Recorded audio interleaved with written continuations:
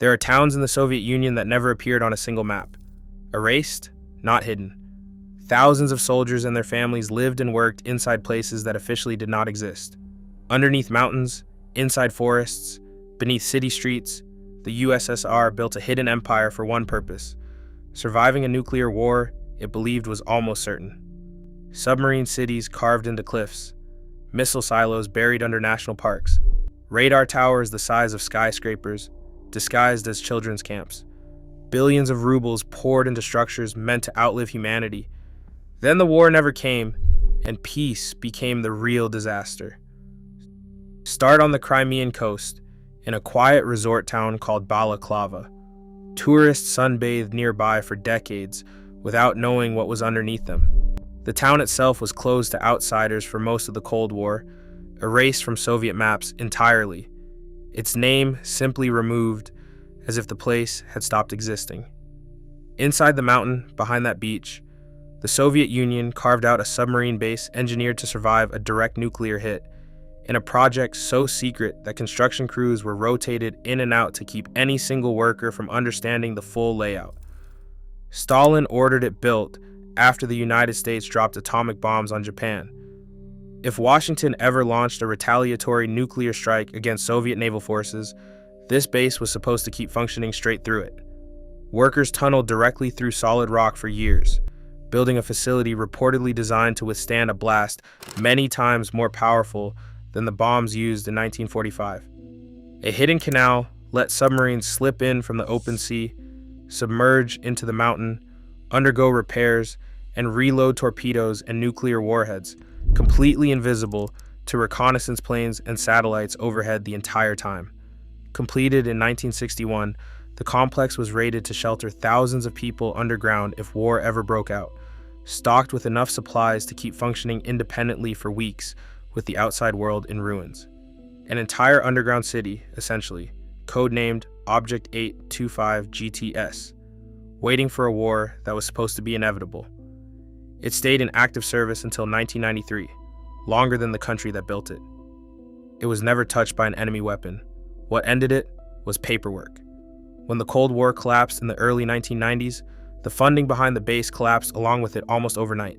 Then the money stopped. The only thing that ever managed to breach a fortress built to survive a nuclear direct hit was a tourism ministry. In 2003, Balaklava reopened as a public museum.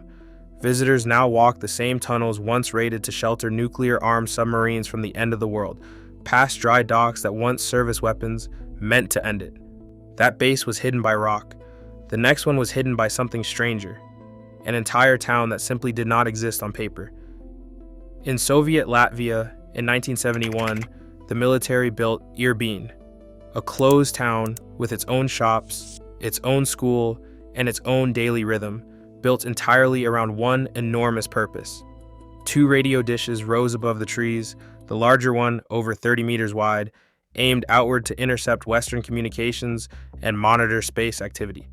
Living there required special clearance, and even mail addressed to residents was routed through a disguised postal code so no outsider could trace it back to a real location.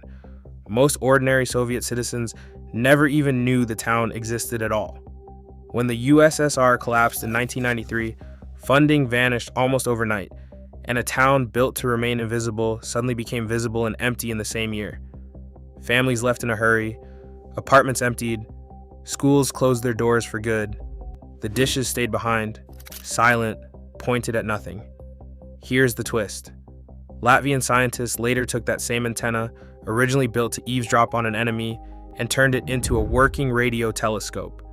The RT-32 dish that once listened for Western secrets now listens to deep space instead, used today for genuine astronomical research as part of an international observatory.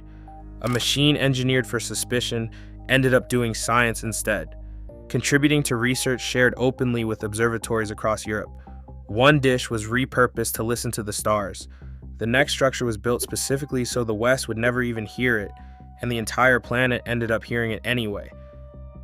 Deep in the forest near Chernobyl stands a wall of metal roughly the height of a 50-story building, stretching hundreds of meters through the trees. On official Soviet maps, this site was marked as an abandoned children's summer camp and a nearby bus stop, was even decorated with a cartoon Olympic mascot to complete the disguise. It was actually Duga, an over-the-horizon radar and part of the Soviet Union's early warning system against American intercontinental missiles. A second, matching radar was built far away in Siberia to cover the opposite direction, watching for missiles launched from the Pacific. Together, the two stations broadcast a shortwave pulse so powerful it disrupted radio and television broadcasts across the entire planet. Listeners everywhere heard the same strange, repetitive tapping sound with no idea where it came from. They nicknamed it the Russian Woodpecker, and for years, the Soviet Union simply denied the structure existed at all, even as foreign governments filed formal complaints about the noise jamming their airwaves. Some estimates have suggested the project cost more than the Soviet space program itself, though those figures remain disputed and impossible to confirm. The radar wasn't beaten by an enemy weapon, it was undone by its own neighbor. In 1986, the Chernobyl nuclear power plant, just 12 kilometers away, exploded, and the radiation made staffing the site impossible almost overnight. Some engineers and filmmakers have since gone further, disputing whether Duga ever fully worked as intended in the first place. That claim remains contested, not confirmed. What isn't contested is where it ended up, locked inside the Chernobyl exclusion zone, a machine built to detect the end of the world, retired instead by an accident next door. That giant was undone by a disaster 12 kilometers away. Some Soviet nuclear infrastructure never even had a neighbor to blame. It simply vanished into concrete boxes deep in the woods and stayed that way for decades, waiting for researchers to even notice. In the forests of northern Poland, near towns called Podborsko, Templewo, and Brzeźnica Kolonia, the Soviet military built 3 nearly identical fortified sites in the late 1960s. Each one followed the same layout: a restricted inner zone for the warheads, a garage area, and a barracks zone for the soldiers who lived there year-round, complete with mess halls and bathing facilities, restricted zones, trenches, reinforced concrete bunkers, internally coated monolith. Officially, these were logged as ordinary communication centers.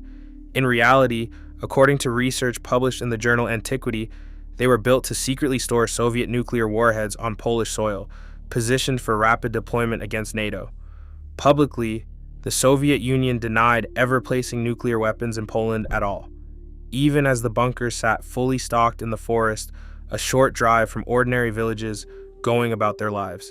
The Cold War ended before most of the world even knew these bases existed.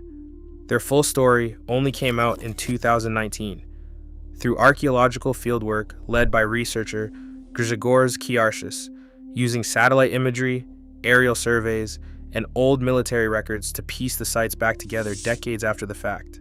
By then, 2 of the 3 sites had already been mostly demolished in the mid-1990s, even the concrete access roads torn up completely. The monolith bunkers themselves survived, but stripped bare, plundered, their entrances sealed shut with poured concrete. Podborsko is the exception, still standing in comparatively good condition today, its bunkers largely intact even as the forest slowly grows back over the surrounding roads. Physicists later tested the bunkers for radiation. They found none. The safety systems, engineered to contain nuclear warheads safely for decades, outlasted the warheads they were built to hold. Those bunkers were built to be forgotten, completely. The next base hid the exact same way, not through denial this time, but underground, beneath the trees of a national park. In Lithuania, inside what is now Žemaitija National Park, 4 missile silos site buried in the earth. American intelligence didn't even locate the site until 1978, years after it had already been fully operational and manned around the clock. This was the Soviet Union's first nuclear missile base, Plokštinė, built in the early 1960s to house R-12 Dvina ballistic missiles, the same class of missile the world came dangerously close to seeing used during the Cuban Missile Crisis, capable of reaching targets across Europe within minutes of launch. Concealed between forests and lakes, its construction and its very existence were kept hidden from the local population for years, with soldiers rotating through under strict secrecy and their families told almost nothing about where they had gone. It was built for a war that never started. As arms treaties took hold through the 1970s and Soviet forces gradually withdrew, Missiles capable of ending a continent-wide conflict were never fired even once. The base became obsolete and was decommissioned soon after. In 2012, it reopened as the Cold War Museum, its control room rebuilt with original equipment and propaganda materials. One of the original launch shafts remains in near original condition. A silo engineered to help end the world now sells tickets and hosts school field trips, its blast doors propped open for visitors instead of sealed shut for launch. That site was found by American spy planes in 1978. The next one, hide in plain sight, underneath a capital city where millions of people walked overhead every single day without knowing it was there. 65 meters beneath ordinary Moscow streets sits Bunker 42, the Tagansky Protected Command Point, a Soviet command bunker built in the 1950s to survive a direct nuclear strike on the capital itself. It was part of a much larger Soviet program, a network of deep underground command posts meant to keep the government functioning even after a nuclear war had already begun. Built during some of the tensest years of the Cold War, when a single miscalculation could have ended in launch. It was disguised from above as unremarkable city infrastructure, equipped with its own air filtration, water supply, and power generation, and designed to house military communications staff for extended periods, cut off entirely from a destroyed surface world outside. After the Soviet collapse, the government that built this bunker to survive nuclear apocalypse couldn't survive its own economy. The site was declassified and eventually sold into private hands. Today it operates as a museum and private event space. People now host parties and corporate events inside a facility engineered to shelter Soviet leadership from Armageddon. A bunker built for the end of the world now schedules birthdays instead. Its command corridors rented out for corporate away days. That bunker gave up its secrets for a ticket price. Not every Soviet nuclear site was willing to do the same.